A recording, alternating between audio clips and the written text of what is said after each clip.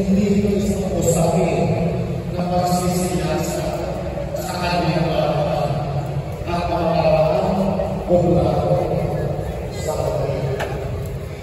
Kailangan natin makinig at makilala ang pastor upang mas lalo natin sundin at ilalagay ang ating Panginoon Diyos. Dapat tayo magtiwala at umasa sa ating Panginoon Jesus. Dapat ipahayag ang ating pagmamahal at kalapatan sa ating Panginoon Jesus. Pangalawa, kailangan natin ang pagkakaisa. Kailangan natin tayong lahat ay mag-iisa sa ating pastor.